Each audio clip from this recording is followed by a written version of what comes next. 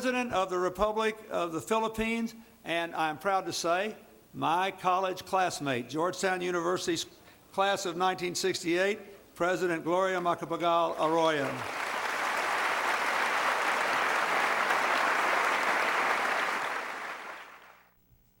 Ito ang unang pagkakataon na dumalo si Pangulong Arroyo sa Clinton Global Initiative Plenary Session. Dinaluhan ng 42 leader sa mundo at 13,000 miyembro ng CGI. Humarap ang Pangulo sa session kasama sina Afghanistan President Hamid Karzai, Archbishop Desmond Tutu, World Bank President at dating US Vice President Al Gore. Global action ang agenda ng session, alinsunod sa layunin ng CGI, ang global health, education, poverty alleviation at climate change. Nakapalob dito ang issue ng seguridad kasabay ng pagpapatupad ng programang pangkaunlaran. Tumayong moderator si Clinton kung saan kinumusta ang peace and development sa Mindanao. Dito muling inulit ng Pangulo ang posibleng pagtamo ng peace agreement sa pagitan ng gobyerno at MILF.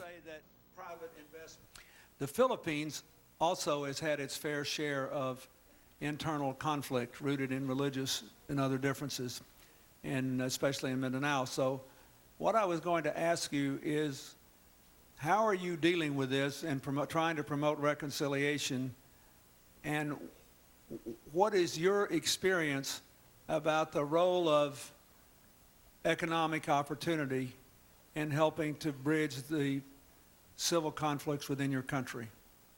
In a world where hard power hasn't proven its worth totally, in the Philippines we have a paradigm for peace that's a combination of soft and hard power. So for the soft power, we're able to meld together confidence-building measures. Number one, interfaith dialogue and cultural awareness.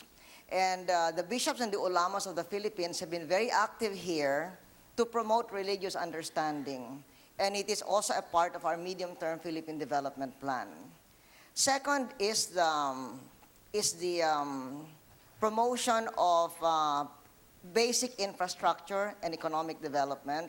And I would like to thank the World Bank because they have a very, very good project called Mindanao Trust Fund for Peace and Development, where the project partners with the MILF.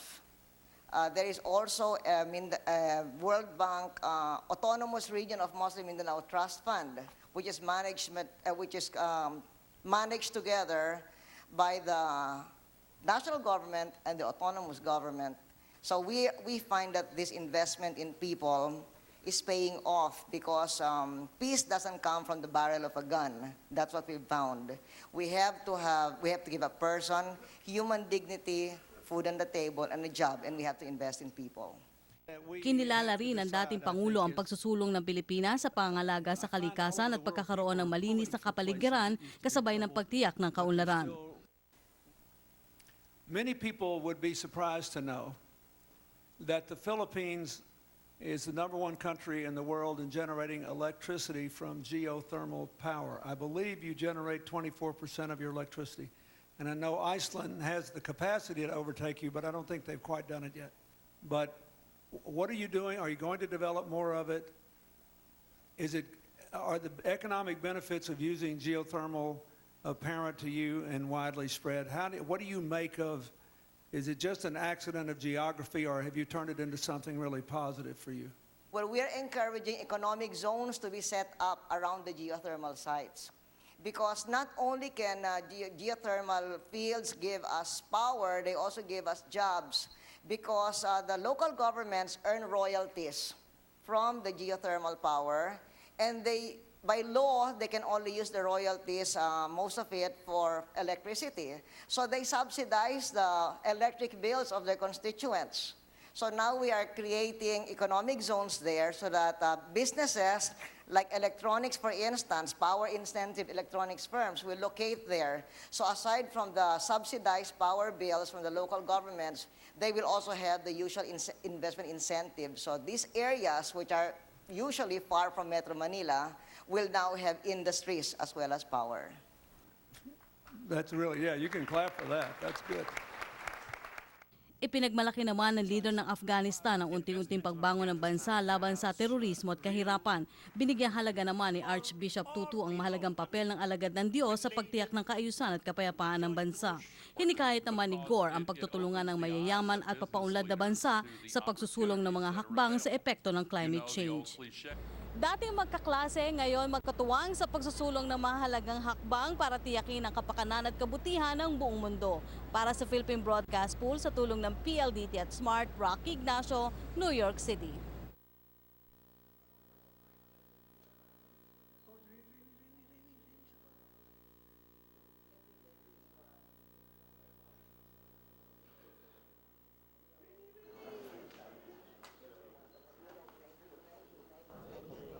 Oh, thank you, thank you.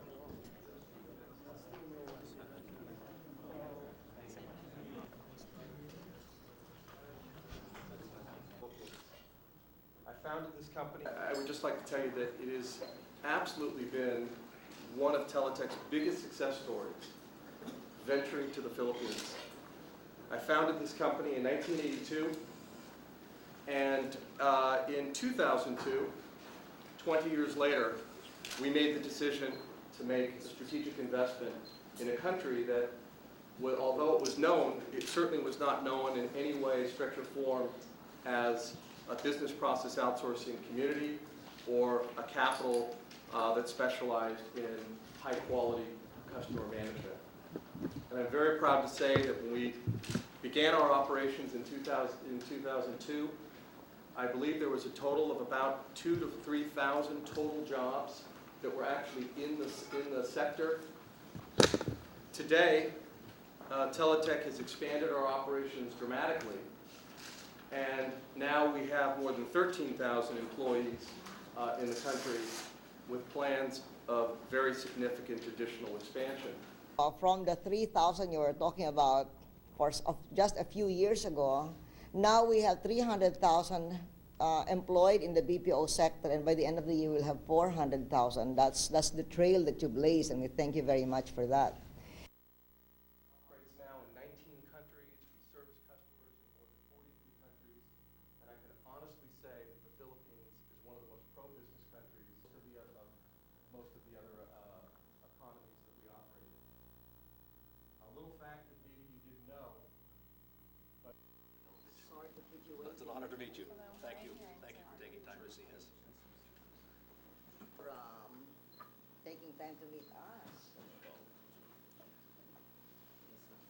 Earlier on, we need to work on the area of corruption. However, we explained how we're doing it. We will continue to consult with other For acknowledging attention to the criteria, to the performance. We also do the same because that's an important integral part of our program. We are concerned about the corruption and also other matters, but we know that you will focus on this and give it the attention that is necessary. I also want to acknowledge personally to you, very proud of that, and it's something that I personally and my colleagues never resist mentioning to other countries, that we have a program with the Philippines. It's an excellent. Thank you for waking up so early. Masayang bumati si Pangulong Arroyo sa mga sumalubong sa kanyang pagdating sa New York City. Dumating ang Pangulo dito para sa 3 araw na pagbisita kung saan partikular na tututukan ang pagpapahayag sa international business community ng patuloy na pagganda ng ekonomiya sa kabila ng ingay politika. Kabilang na dito ang controversial na CTE deal kung saan humarap si CHED Chair at dating NEDA Director Romulo Neri sa pagdinig sa Senado. Ayon kay Presidential Spokesperson Ignacio Bunyi, pinahintulutan ni Pangulong Arroyo na humarap si Neri sa Senado para linawin ang kontrata. Ayon sa kanya, in good faith ang testimonya ng kalihim. The very least, we can attribute good faith, no, on the part of Secretary Neri, no? And as to who's saying the truth, really, no? It's very difficult to say. We were not there, no? All of us were not there. Kumpiyansa naman ang economic team ng Pangulo na hindi maapektuhan ang pag-angat ng ekonomiya dahil nananatiling matibay ang economic fundamentals ng bansa. Ang tinitingnan ng mga investors naman yung fundamentals natin. So, yung mga politika niyan, titingnan ko anong epekto dun sa ekonomiya. Pero may mas marami tayong nadaanan na matindi. No? Nagkaroon naman ng pagkakataon na makapagpahinga ang Pangulo mula sa maingay na politika sa unang araw sa New York. Nanood ito ng Les Miserables kung saan tampok ang pinagmamalaking talento ni Miss Lea Salonga na labis namang ikinatuwa ng aktres. I mean, I'm glad that we were able to provide some sort of respite and a bit of a break for her, that she was able to just sit for 3 hours and watch a show, hopefully cry. Sa pakikipagtulungan ng PLDT Smart, Rocky Ignacio, New York City. Mahigit 2 dekada na ang Les Miserables pero hanggang ngayon ay pinipilahan pa rin ito sa mga lugar kung saan siya pinapalabas, tulad na lang dito sa Broadway. Espesyal ang edisyong ito dahil kay Lea Salonga. Bumalik si Lea dito sa Broadway at sa Les Miserables noong Marso, kung dati kanyang ginagampan ng role ay si Eponine, ngayon naman siya na si Fantine. Pinakapopular man si Lea, may iba pang mga Pinoy sa cast, sina Ali Ewald at Adam Jacobs. Sabi nga ay unprecedented ito dahil ito na ang edisyong may pinakamaraming Filipino-Americans na kasama sa palabas. And we're starting to see a trend across the board with other shows that more Filipinos, more Asian actors are becoming more dominant. We always try and give our best show, and it's nice to have a great reason to do that. Ito ang dahilan kung bakit naisipan ni Pangulong Arroyo na tumungo sa Broadway upang panoorin ang palabas. Kasama ang kanyang mga opisyal, nagpahinga muna sila mula sa hectic nilang schedule dito sa New York City. Siyang-siya ang Pangulo sa pagpapakitang gilas ng ating mga kababayan sa Broadhurst Theater. Dapat daw natin ipagmalaki ang kagalingan ng mga ito. Oh, we were so proud. Not only of Lea, but also of the other Filipino stars. Natutuwa naman si Lea Salonga at naging daan sila upang maalis kahit sandali ang isip ng Pangulo sa kanyang mga problema. I mean, I'm glad that we were able to provide some sort of respite and a bit of a break for her, that she was able to just sit for 3 hours and watch a show, hopefully cry. Para sa Philippine Broadcast Pool sa pakipagtulungan ng PLDT Smart, Jovi Francisco, ABC News. Though Lea Salonga is more popular, there are other Filipinos in the cast of Les Miserables. Tomorrow, the focus will be on the economy. The President will have a series of meetings with investors who are interested in putting up business in the country. Reporting from New York City, Jovi Francisco, ABC News.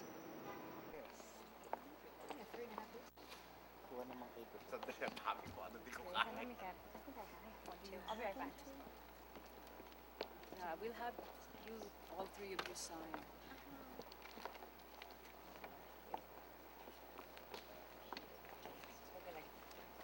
Sorry na-late na ba kayo? But what's happening with the gym?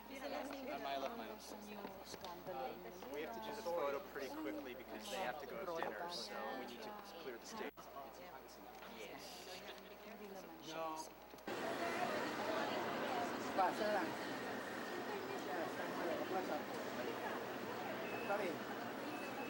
Bumalik si Lea dito.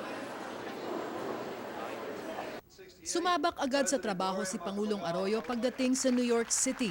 Prioridad kanina ang pakikibahagi niya sa isang komperensyang high-profile at napapanahon, ang Clinton Global Initiative Forum of Global Leaders. Dinaluhan din ito ni Afghanistan President Hamid Karzai, Archbishop Desmond Tutu at Al Gore. Pinag-usapan kung paano nireresolba ng gobyernong Arroyo ang gulo sa Mindanao at ang plano para sa paggamit ng geothermal energy ng bansa na umani ng papuri kay dating Pangulong Bill Clinton. That's really, yeah, you can clap for that. That's good. Sumunod ang pulong sa mga executives ng Millennium Challenge at Teletech, ang US outsourcing company na may 13,000 empleyado sa Pilipinas. A country that has done an incredible job of building out its infrastructure, where there's paved roads everywhere, where there's modern buildings everywhere, where there's electrical that works all the time, etc. These might be things that we take for granted in this country, but in many of the other countries we operate in, I must tell you, we don't have the same types of benefits, and therefore we're having to create our own power, pave our own roads, etc. Sa Theater District, nagkaroon ng konting pahinga sa trabaho ang Pangulo. Nanood siya ng Les Miserables, ang musical na nagtatampok sa Broadway star na si Lea Salonga at dalawa pang aktor na Filipino-American, si Adam Jacobs at Ali Ewald. Ngayon lamang nangyari sa kasaysayan ng Broadway na 3 Pilipino ang gumaganap sa mga pangunahing papel sa isang musical. Oh, we were so proud. Not only of Leia, but also of the other Filipino stars. Yes. Sa loob ng 3 oras, isinantabi muna ng Pangulo ang mga issue at iskandalong kinasasadlakan ng kanyang gobyerno. I'm glad that we were able to provide some sort of respite and a bit of a break for her, that she was able to just sit for 3 hours and watch a show, hopefully cry. And hopefully, I mean, when she gets back home, that she'll feel a little more refreshed and renewed and be able to tackle whatever's going on at home. It's unprecedented that there are as many Filipino Americans in the show right now, and especially in this show, which has been predominantly white. A little more nervous than usual, but it's great. We always try and give our best show, and it's nice to have a great reason to do that. Naging abala ang schedule ni Pangulong Arroyo sa unang araw ng kanyang bisita dito sa New York. Pero sa loob ng 3 oras, nagkaroon siya ng pahinga mula sa mga kontrobersiya at iba pang isyong kinakaharap ng kanyang administrasyon dito sa Theater District. Jing Reyes, ABS-CBN News, Manhattan, New York. Halos 200 miyembro ng Filipino community ang dumalo sa isang reception para kay Pangulong Arroyo sa Waldorf Astoria. Nagbigay pugay ang Pangulo sa mga kababayan, lalo na ang grupo ng mga Pilipinong nurse, mga veterano at iba pang community leader. Ipinagmalaki ng Pangulo ang mas maunlad na ekonomiya ng bansa. Mainit naman ang pagtanggap sa kanya ng malaking bahagi ng komunidad. We welcome your contribution, but we are working towards the day when Filipinos no longer need to go abroad for a job. We want the day when overseas work will be a career choice. May ilang nagprotesta sa labas ng hotel, naglabas ng hinaing laban sa administrasyon at hiniling na ipasara ang operasyon ng Sentosa Recruitment Agency sa Pilipinas. Nasa gitna ng kontrobersiya ang ahensya dahil sa aligasyong pang-aabuso at di pagtupad sa kontrata ng ilang Pilipinong nurse. Bukas, balik sa negosyo ang agenda ng Pangulo, kaya kahit 2 oras lang ang pagtitipon kanina, masaya na rin ang mga Pilipinong naimbita. Maraming pinarangalan si Pangulong Arroyo sa kanyang pakikipagkita sa Filipino community dito. Sa kanilang lahat, pinakamasaya ang mga nurse na may malaking bahagi rin sa pagsusulong ng ekonomiya ng bansa. Para sa Philippine Broadcast Pool, sa tulong ng PLDT Smart, Jing Reyes, New York City.